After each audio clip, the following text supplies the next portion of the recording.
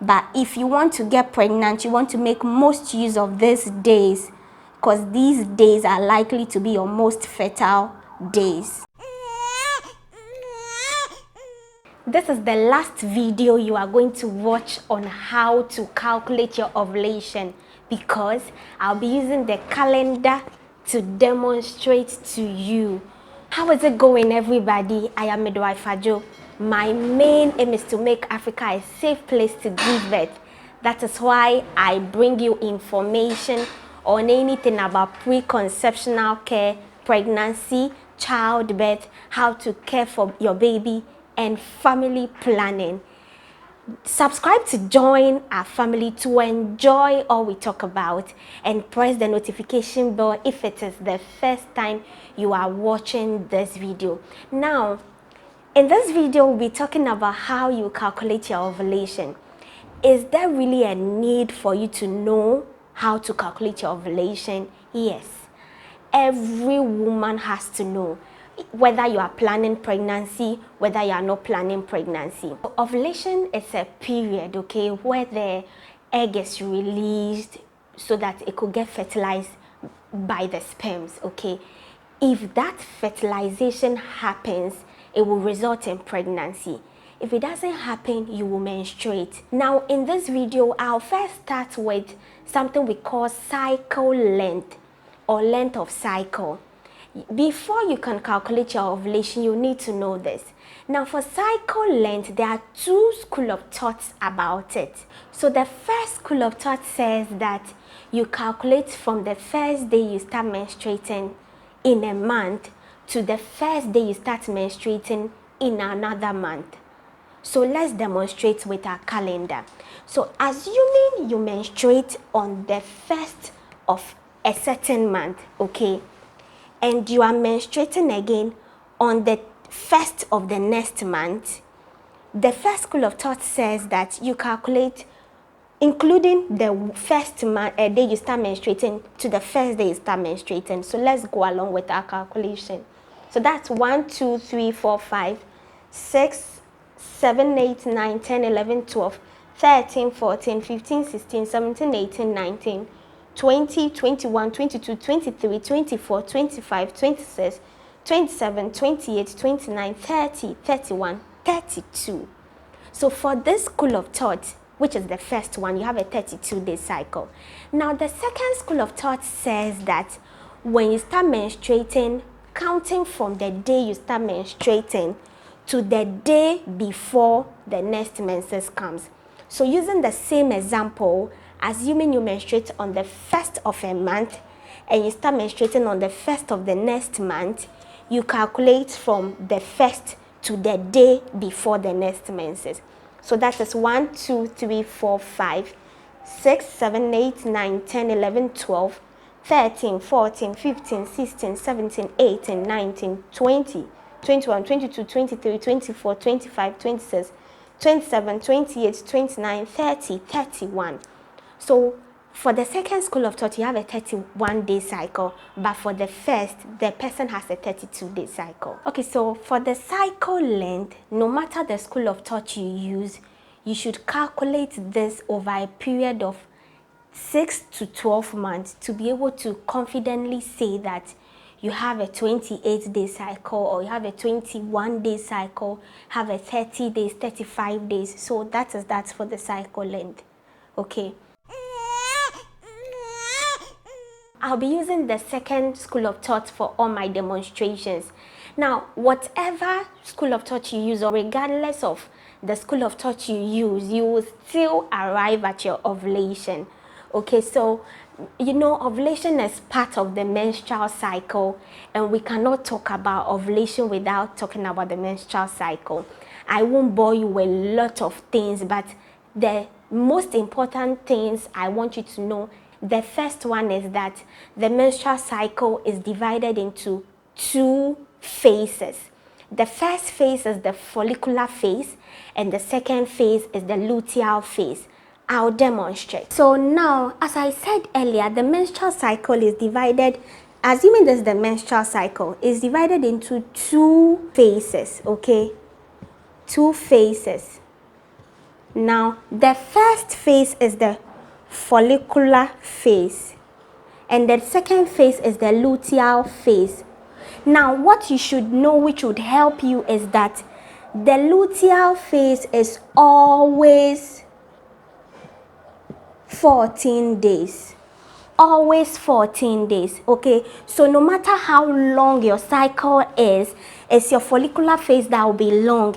And if your cycle is short, it's your follicular phase that will be short. Now, so I want to demonstrate with the calendar now, how would you calculate your ovulation now that you know that the menstrual cycle is divided into two phases, and one phase, which is the luteal phase, is always 14 days. Now let's go to our calendar again. Okay, so typically most women have a 28-day cycle. So I'll start with someone that has a 28-day cycle. So for example, so assuming you menstruate on the 1st of a month and you menstruate again on the 29th of that same month, that's your other cycle, okay? Now we said our cycle length, I said I'll use the second school of thought. So counting from the first time you start menstruating to the day before you start menstruating. So now let's do a count. This 1, 2, 3, 4, 5, 6, 7, 8, 9, 10, 11, 12, 13, 14, 15, 16, 17, 18, 19, 20, 21, 22, 23, 24, 25, 26, 27, 28. So this person has a 28-day cycle. Now, don't forget, we said the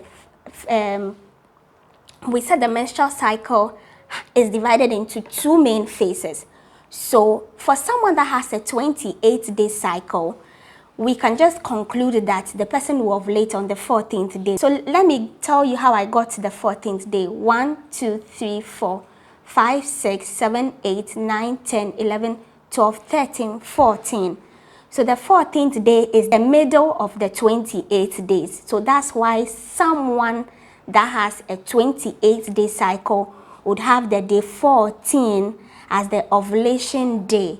However, the ovulation period could be from the 13th to the 16th, because if the person has sex around this time, the sperms could still wait for the egg for it to get fertilized. And if the egg is not released early on the 14th, it could wait till the next day.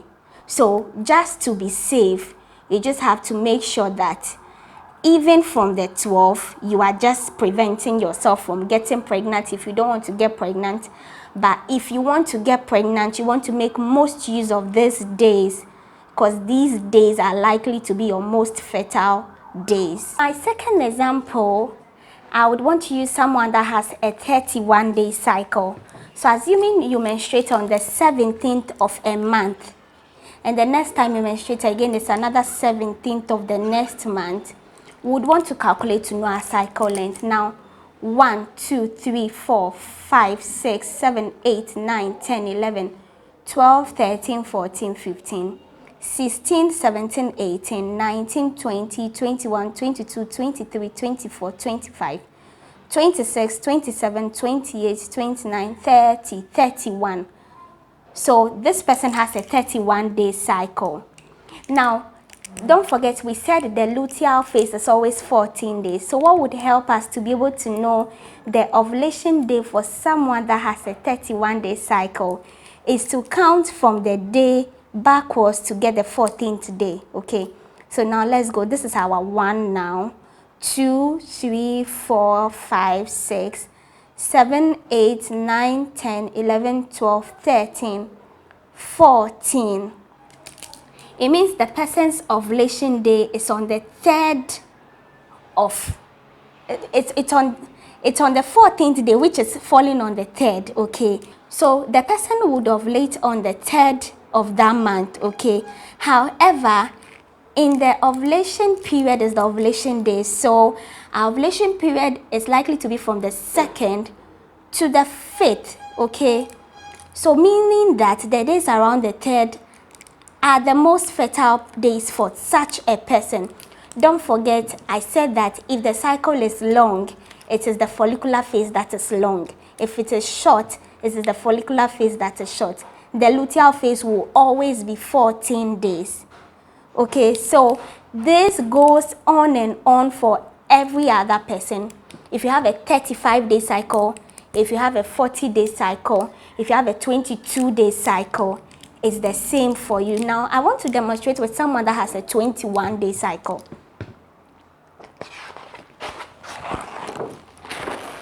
So for someone that has a 21-day cycle, assuming the person menstruated on the 9th of a certain month and menstruates again on the 30th of that same month, when we count, we're going to know her cycle length. Now let's go along from the day she starts menstruating. 1, 2, 3, 4, 5, 6, 7, 8, 9, 10, 11, 12, 13, 14, 15, 16, 17, 18, 19, 20, 21. So this person has a 21-day cycle. Now, for the 21-day cycle, don't forget we are saying that the luteal phase is always 14 days. So let's count to get our 14 days. So this is 1, 2, 3, 4, 5, 6, 7, 8, 9, 10, 11, 12, 13, 14. It means the 14th day falls on the 16th of that month, which means that the 14th day and the days around the 14th day are her most fertile periods. So these are her most fertile periods. I know some people might know this already and might be practicing this, okay? You know, this is not the only contributing factor to getting pregnant. The quality of the egg that is released is also very important, and the quality of the sperm is also very important. So if you've watched this video and you've done this over a period of time and you are not seeing any results, please seek medical help. Okay, there are tests that would be done to know if your eggs are quality, and there are tests for the men to show the quality of their sperms. So please, if you've tried this, hopefully you should get a result if you want to get pregnant. But if you've not yet gotten any result and you've tried this over a period of time, then please seek help. In conclusion, your ovulation period is from the 14th to 16th day before your next cycle begins. I hope you understand this. If you have questions, I am open to explain this over and over again till we all understand how we'll be able to calculate our ovulation.